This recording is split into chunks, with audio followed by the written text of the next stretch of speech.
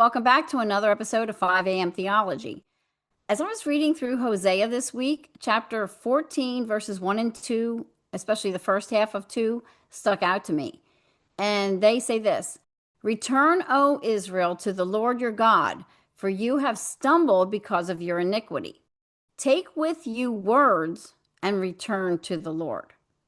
And it struck me that Hosea calls Israel to return to the Lord, and then he specifically says, take with you words when you go. That is really specific. And God doesn't do anything for no reason. So there's definitely a reason why. We might tend to think that they'd have known that returning to the Lord included confessing their sins and repenting. But how often do we see people today who say something like, I walked away from the Lord, but now I've come back to him. I started going to church again. I started reading my Bible or things like that. But they don't mention confessing their sins. They don't mention repentance of their sins. And it's really important that we confess our sins to God. We use words to confess our sins to God. That's part of repentance. And that's probably why the rest of verse 2 explains what taking their words with them means. The rest of verse 2 says this: say to him, say to God is what he's saying here. Say to God, take away all iniquity, accept what is good, and we will pay with bulls the vows of our lips. Rose, we must own up and confess how we've sinned against God. It's not other people who are our problem. It's not the government who is our problem or the way we were raised. It's our sin that separates us from God. It's our sin, and we've got to own it. And confession is an ongoing process, not a one-time thing. We should not only confess that we are sinners, we should confess our specific sins. Matthew Henry puts it this way in his commentary about this passage. He says, we must be particular in our covenants and resolutions against sins as in our confession, because deceit lies in generals. Absolutely. When we generalize our sins, like, God, I'm sorry that I lied this week. I'm sorry that I wasn't loving enough this week.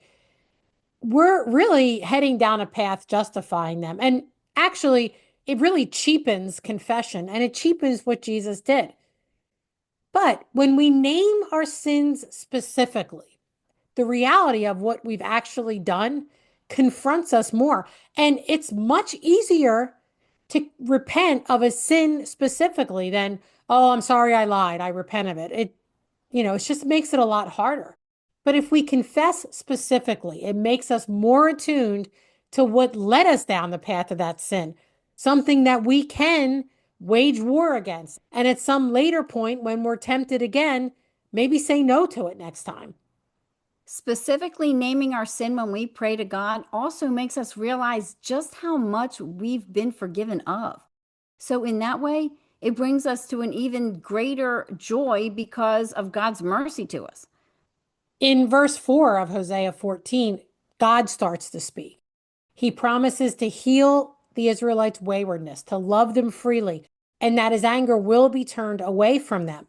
God tells them, I will be like the dew to Israel. He shall blossom like the lily. He shall take root in the trees of Lebanon. His shoots shall spread out. His beauty shall be like the olive, and his fragrance like Lebanon. They shall return and dwell beneath my shadow. They shall flourish like the grain. They shall blossom like the vine. Their fame shall be like the wine of Lebanon. That's verses 5 to 7.